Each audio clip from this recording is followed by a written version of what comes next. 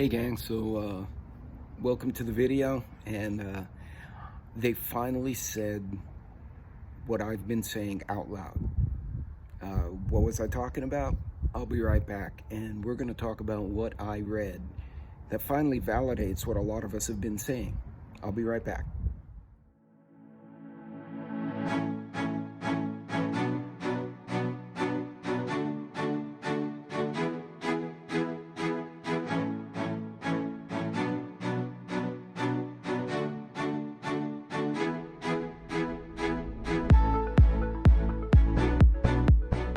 Hey, welcome back everybody, and thank you for joining the video. As always, don't forget to like and subscribe. If for some reason you have a question that I don't cover in the premiere, I typically try to make my own premieres. Sometimes I can't. Please leave them in the comments below and I'll try to answer them first chance I get. I will say right now, the end of year is typically really psychotic until we hit the holidays for me. So it may be a little bit before you get a response from me. It's not me ignoring you. It's just, keeping up with work and whatnot. So what exactly did I hear? Well, as you guys know, I like to follow the financial news. I like to see where the trends are going. The bottom line is the financial analysts typically have to get it right. If they screw up enough, they get fired, right? They just lose their job. So they have a vested interest in calling things the right way, or they basically screw themselves out of a career. And today, finally, Bloomberg economists have run their models based on the most recent inputs, and their assessment is that we will have a formal and rather substantial recession within the next year at 100%. Now, up from 60 or 50, where they evaluated it a month or so or two ago. I've said months ago, actually, that I thought we were already in a recession. We checked all the boxes, multiple quarters with a reduction in GDP, multiple quarters with an increase in the CPI, multiple quarters with inflation and job participation rate not showing positive signs. So textbook-wise, we were already there as far as I'm concerned. And as far as the typical definition. Now, of course, the government won't say that because it's an election year. It's the last thing they want to say. But the truth of the matter is that's what's happening. And now Bloomberg has validated it. Now, understand, Bloomberg Company, although I like them as a financial analysis group, are affiliated with Michael Bloomberg, who ran for president against Joe Biden as a Democrat. He's a businessman, though. He's not a stupid guy, and he understands how money works. So he wouldn't be letting his editorial board pitch stuff like this unless they really felt it was the truth. At the end of the day, these guys, they don't want to say something that's going to cost their stakeholders, their followers, their subscribers millions, if not billions of dollars, and get known as the guys who screwed it up and got it wrong. Because at the end of the day, that'll also cost them their careers. So in reality, Bloomberg says we're going to have a recession 100%. Now, a lot of people will read that and freak out. When I read that on the news, there were a lot of comments. People were panicking. Some were cursing. Some were angry. To me, I'm happy they said it. No, I have not lost my mind. I am absolutely happy that they said it. Now you're wondering, why would you be happy about a recession? Because at least now I know what the hell's headed our way. Now we know, without a doubt, that we will likely be in a really good-sized recession in the next year. Great. That, my friends, in my opinion, is actionable information. That's actionable intelligence. That's the kind of stuff I'd rather have bad news, straightforward, hell, with a timeline like these guys did. They said the chances of a recession are 30% in the next 4 to 5 months, and then 70 in the next 5 to 8 months, and then 100% in the next year, based on the inputs they put in this week. With the inflation, the economy, the interest rates, all those factors thrown in. Great. Now we know how to take action. Now's the time, instead of freaking out, to say, okay, really need to pay down debt, really need to not refinance the home because the interest rates went the other way. Now may or may not be a good time to sell a house. It may be a good time to sell a house. Depends on your individual situation. But this is the kind of information we need. A lot of people freak out about the bad news.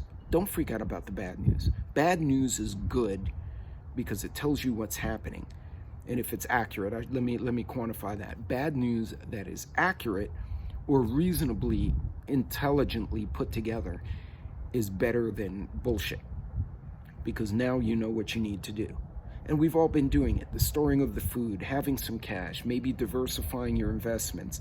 However it is you're preparing. If you invest in the stock market, you may want to take a look at the bonds versus treasuries versus precious metals versus commodities. You may not invest in the stock market. You may have investments in land, farm. Now's a good time to diversify your crops. Now's a good time to perhaps add or subtract from your flock. Lots of things. You guys get what I'm saying. But now's the time to sit there and intelligently, systemically go through the situation and say, okay, if we hit a recession in the next 6 months, in the next year, the way they're describing it, the way they're forecasting it, what do I need to do to get through that? What do I need to do to get on the other end of that and survive, if not survive, to do well? These are the questions you need to start asking right now. Now's not a time to freak out. Now's a time to, do a good job at your work or find a new job, one that's more stable. Now's a good time to save a little extra cash, get that extra food, fix up the house now while you can afford to get the material to do it, and, it's available. This is the kind of stuff I like to hear. Not that I'm happy there's a recession, okay? 401ks, stocks, they're going to lose their ass. House values are going to get hurt. All of us are going to suffer in one way, shape, or form. But at least now you have clarity. Now you know. Sometimes not knowing is the biggest pain in the ass. But being able to know, okay, this is what's happening. This is what they're expecting.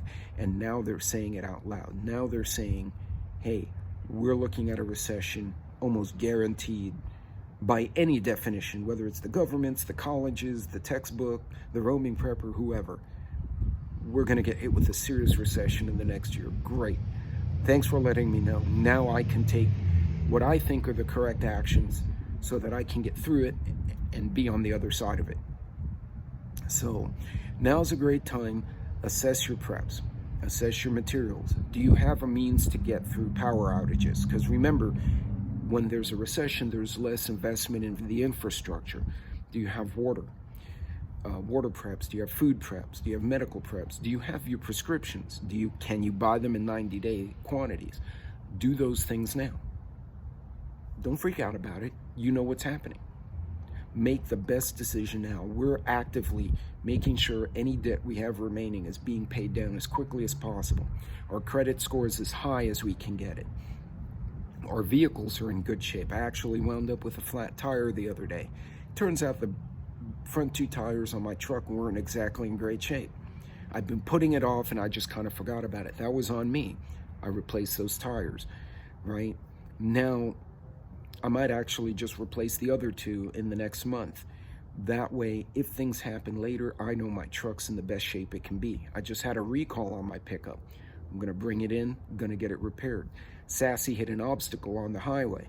There was a bit of damage done to it. Nothing critical. She's gonna get it repaired as soon as possible. As a matter of fact, in the next week or so. This is the kind of stuff we need to do now while things are still moving, while parts are still available, while we can still get what we need, so that when things happen, we have the freshest food, the vehicle's in the best shape it can be, our finances are in the best condition we can get them in. Everyone's in a different place. Don't look at what I'm doing and say, well, I can't do that, therefore throw your hands in the air. No, do what's possible within your context, within your budget, within your situation. And collaborate. Ask other people, hey, I'm trying to pay down debt. I'm trying to fix my house. I'm trying to fix my truck myself so I can save money. How do I do that? There's so many resources out there. Now's the time to be doing homework. Now's the time to be doing the research. Now's the time to take the intelligent steps and not freak the hell out.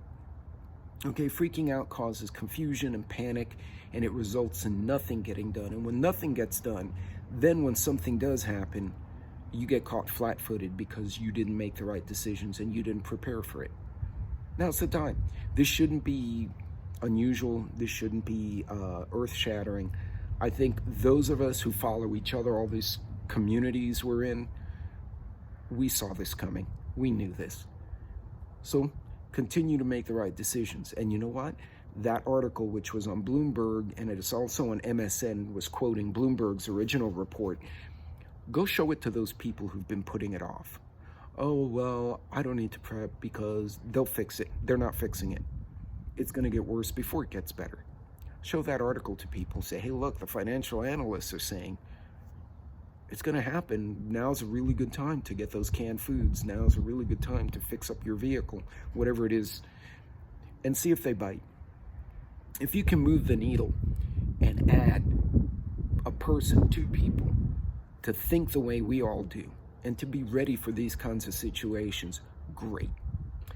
If they don't want to listen, they don't listen. But at the end of the day, I'm not going to be helping them if I told them, hey, you need to take care of your business. And they say, nah, I'm just coming to your house, people. No. I don't have time for that. I'm at a point in my life, and I don't know about all of y'all, but I'm tired of the people who just coast. And then when it gets bad, they come to people like us to help them. Hey, buddy. And that would be the old barn cat who's like 500 years old and should be dead, but lo and behold, he's still here and still being a shit. But in any case, and now he's like pulling on my pant legs here. In any case, guys, actionable information.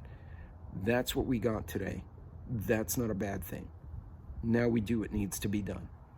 So guys, look, it's going to be really tied up this week, but I will be doing a live this Thursday. I will have a guest, so come check it out. Come hear what they've got to say, and take the steps. And most importantly, take a minute to plan it out. Don't just go and run and buy or freak in a panic. No, sit down, go through your house, go through your stuff, and go, okay, what do I need to do, and what can I afford to do with the time, the money, and the knowledge I have? You need 2 of those 3 to get something done.